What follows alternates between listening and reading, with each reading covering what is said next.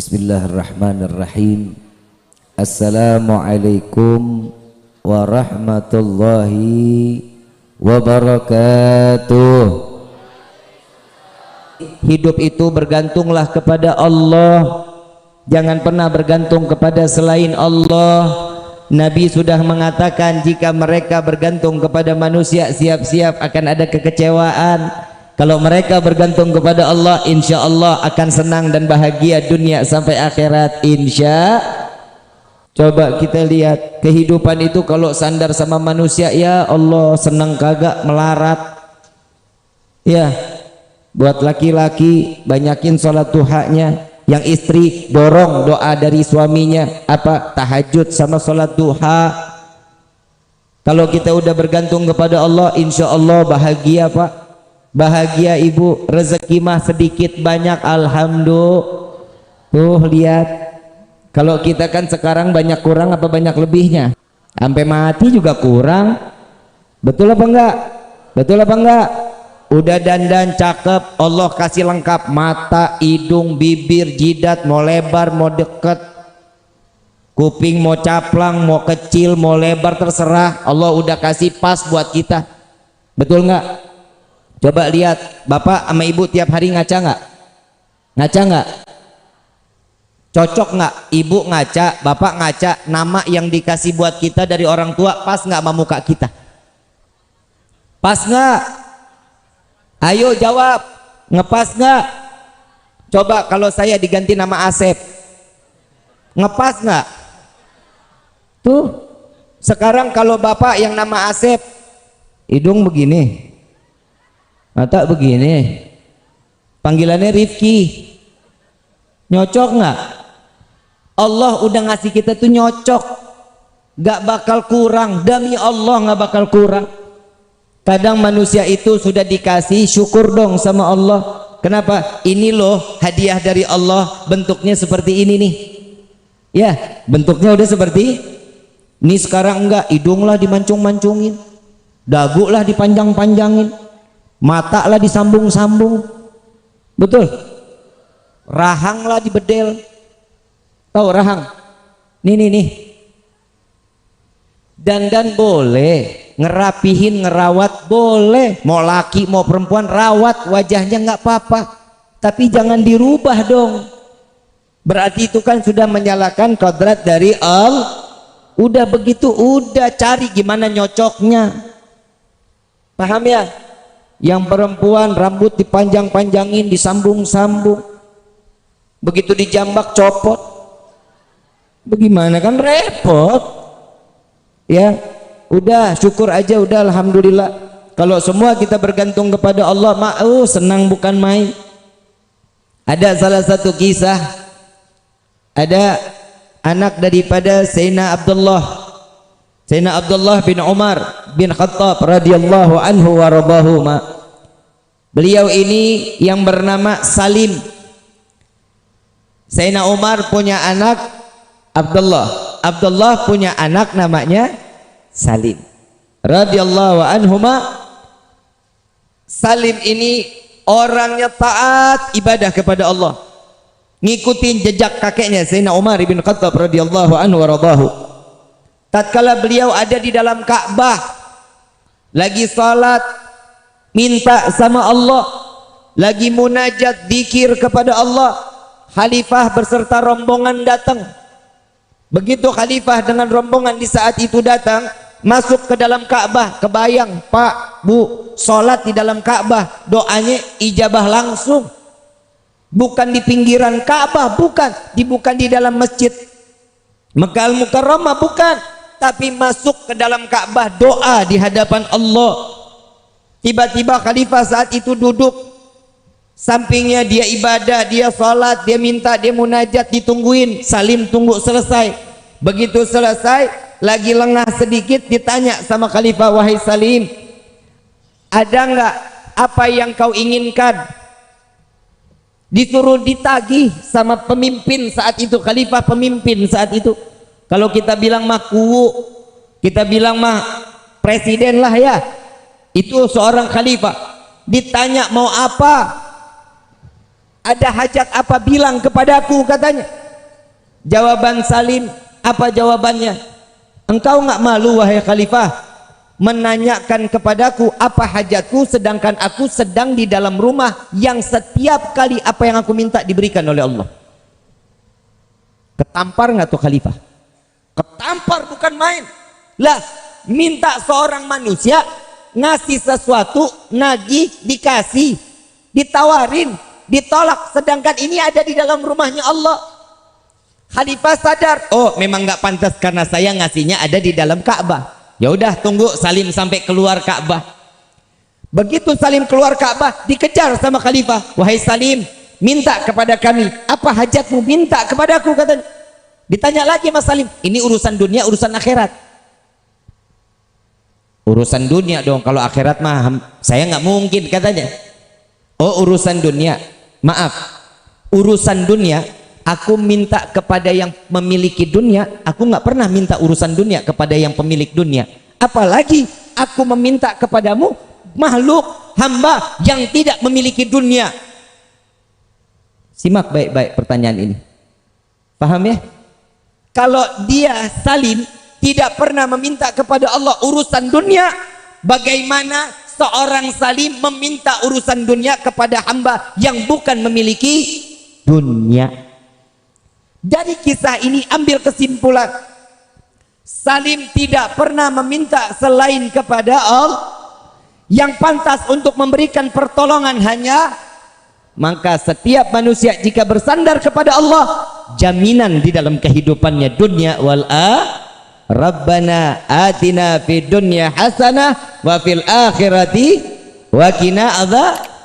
Tuh Nabi juga udah ngajarin doanya. Semua kan tergantung bagaimana kita. Coba model kayak kita, Pak Kuwu datang mau hajat apa, dana desa udah turun apa belum? Soklah bagi dua. Salim mah kagak. Coba urusan dunia dia nggak pernah minta sama Allah. Coba kalau kita urusan dunia minta akhirat, pernah kita minta sama Allah? Woi, pernah minta urusan akhirat sama Allah? Kapan? Kalau lagi sakit. Betul? Padahal Allah udah kasih tanda lewat Nabi Muhammad SAW. Setiap manusia jika bergantung kepada Allah, kematiannya pun aman. Kenapa? Udah dikasih tanda-tanda sama Allah lewat Nabi Muhammad. Gigi copot, tanda mati. Oi, yang ngompong. Gigi copot, tanda mati. Yang kedua, kulit ditarik, lama baliknya. Apa namanya tuh? Keriput. Peot. Kempot, iyalah begitu. Itu tanda mati. Mulut nggak ada rasa, pahit. Bukan corona, bukan. Tanda mati. Pernah mulut pahit? Pernah ngerasain nggak enak mulutnya? Tanda mati. Hahaha. Orang dikawarin dikasih tahu tanda mati di sini mah pada senang, orang Garajati mah emang ahli sorga. Tapi bohong.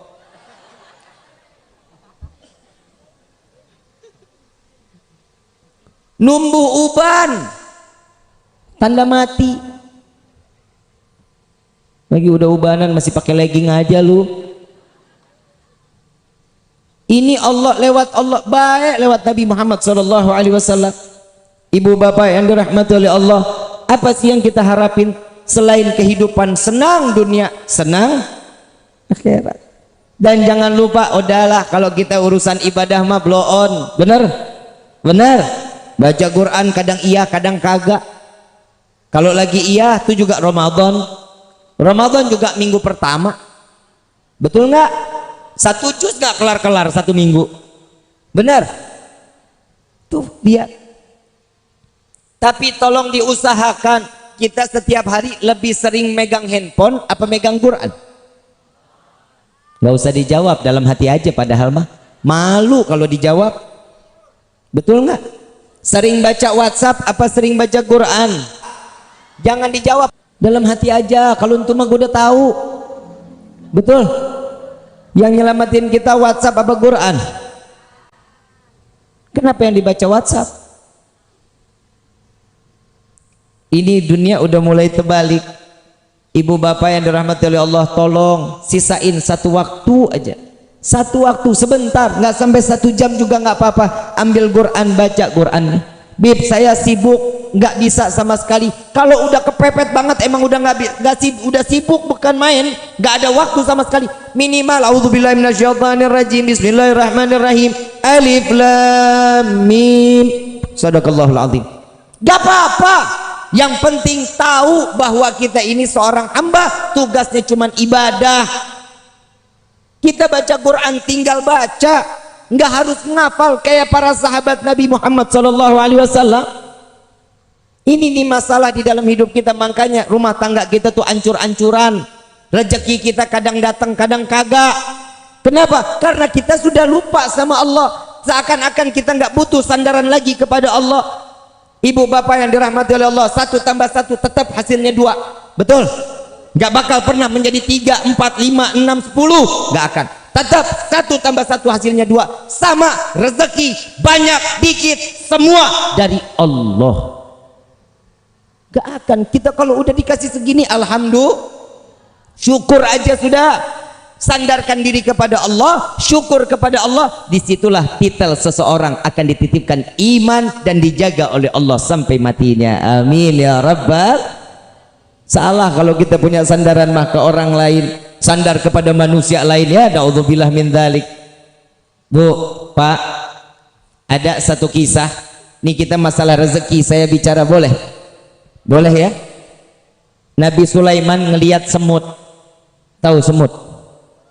Semut lagi gendong gandum, lagi gendong, lagi jalan ke pinggir sungai. Ini semut dilihatin sama Nabi Sulaiman. Ada katak, kodok,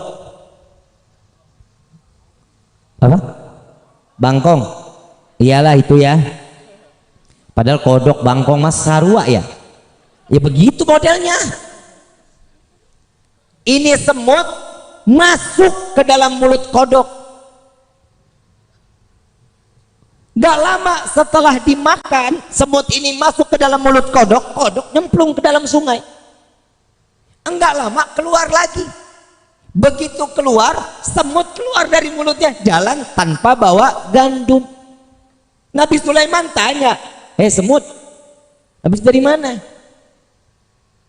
Habis ketemu kodok. Gandumnya kemana? Udah dititipin buat cacing yang di dalam sungai. Atas perintah siapa? Allah memerintahkanku untuk membawa gandum sampai aku masuk ke dalam mulut kodok, masuk ke dalam sungai. Semut mana bisa berenang? Cara Allah, itulah wasilahnya Allah memberikan rezeki kita lewat siapa aja, dan itu targetnya betul sampai kemana target yang dituju oleh Allah. Amin ya insya. Tuh cacing, binatang yang ada di dalam sungai persis rezekinya dengan aturan Allah. Betul apa enggak? Masa kita kalah sih sama semut? Semut aja dapat perintah, begitu dapat perintah oleh Allah bawa gandumnya kepada cacing, tahu kodok udah siap, cacing tinggal makan. Masa kita manusia punya akal, punya hati, punya pikiran, punya perasaan, kita nggak bisa ngejalanin kehidupan kita hanya rezeki, hanya bergantung kepada Allah? Ada satu kisah lagi, semut diambil sama Nabi Allah Sulaiman. Ditanya, wahai semut, setahun makananmu seberapa banyak? Kata semut, 1 butir gandum untuk 1 tahun. 1 butir gandum untuk 1 tahun. Diambil semut ini, dimasukin ke toples, dikasih gandum 1 biji.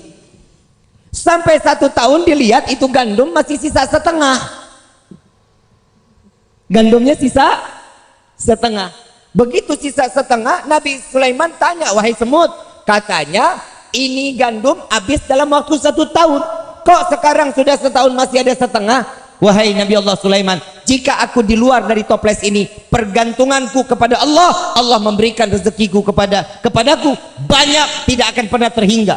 Tapi saat ini rezekiku tergantung daripadamu, aku sisakan setengah ini. Aku khawatir tahun yang akan datang engkau lupa memberikan rezeki kepadaku, kata semut.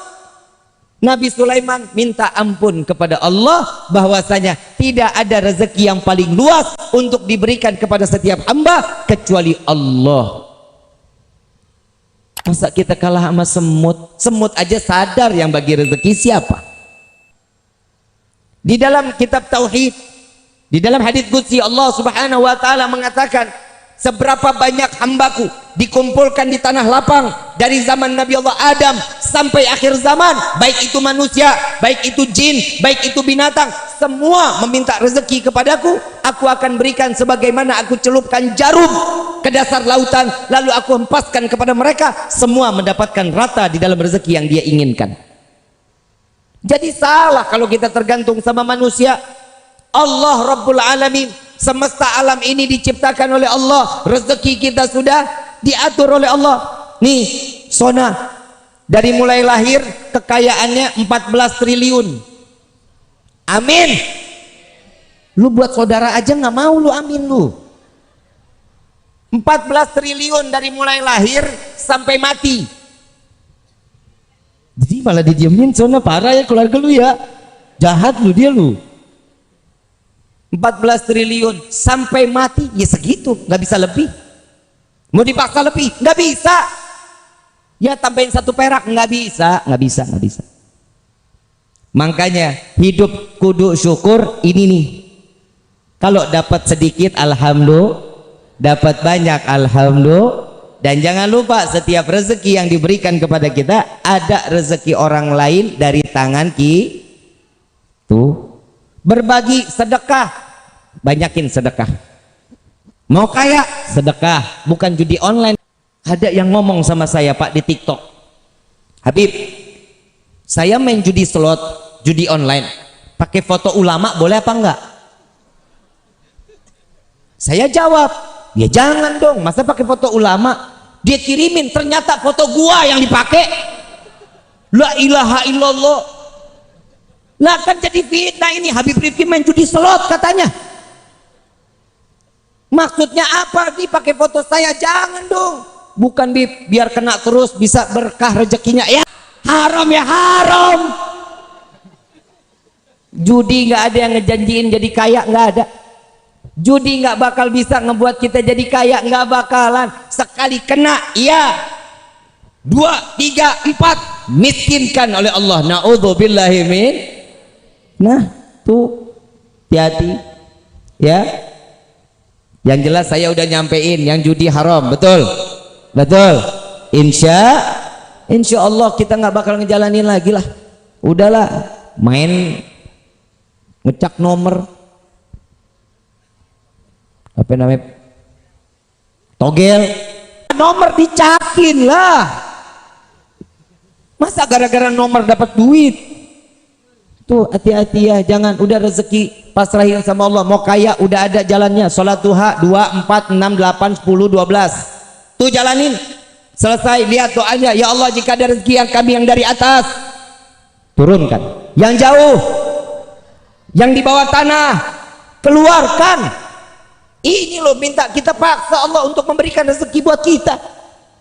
Bib, saya sudah baca Waqiah, udah. Saya sholat duha, udah. Baca surat Ibrahim. Begitu baca surat Ibrahim, minta munajat kepada Allah biar dikasih keberkahan dalam rezeki. Setelah itu baca apa? Gak datang juga rezeki, baca surat Hajj. Minta sama Allah biar diberkahin lagi rezeki kita untuk bisa menjalankan ibadah umrah dan haji. Amin. Masih enggak juga, baca surat Tanah. Lah emang gue salah? Baca surat Tanah juga, rezeki pasti bakal datang. Lah itu kan wasilah, betul, wasilahnya. Tapi yang pertama ikhtiar. Tawakal kita boleh. Tahu nggak sih Bu, Pak, ikhtiar ini kan kita wajib, betul. Selain kita hanya kepada Allah, ikhtiar itu diperlukan di dalam hidup kita. Contoh, bapak ibu punya motor, ya motornya nggak dikunci, kuncinya ditempel, paham ya? Kuncinya ditempel, ditinggal, udah saya tawakal kepada Allah, itu namanya tolol. Begitu keluar hilang, emang Allah tugasnya jagain motor lu lah. Ikhtiar taruh motor depan rumah, kunci setang, pasang gembok, kalau hilang ya takdir. Kenapa? Itulah gunanya ikhtiar. Semua tawakal lagi kepada Allah. Sama nih, hati-hati ya Bu Pak, nih kadang kita suka kafir tanpa sepengetahuan. Bapak ibu pernah sakit, cuman gara minum obat, obat disanjung-sanjung luar biasa.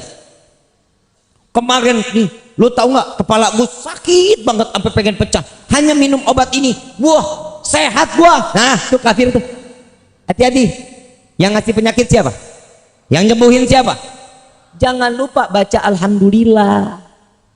Saya kemarin sakit kepala, begitu saya minum obat ini, alhamdulillah sembuh. Bawa tetap nama Allah, nggak ada obat nyembuhin kita, itu wasilah, paham ya? Jangan semua udah nih berkat ini berkat, nggak ada begitu. Semua Allah yang punya aturan, Allah yang kasih penyakit, Allah yang angkat penyakit kita. Kalau Allah kasih penyakit buat kita, sabar. Kenapa? Karena di situ Allah pengen nguras dosa kita. Amin. Tuh kan disuruh lagi. Ibu bapak yang dirahmati oleh Allah, kalau sudah sandaran kita kepada Allah, yakin kita kepada Allah, maka pertolongan Allah akan tetap datang kepada kita, insya Allah.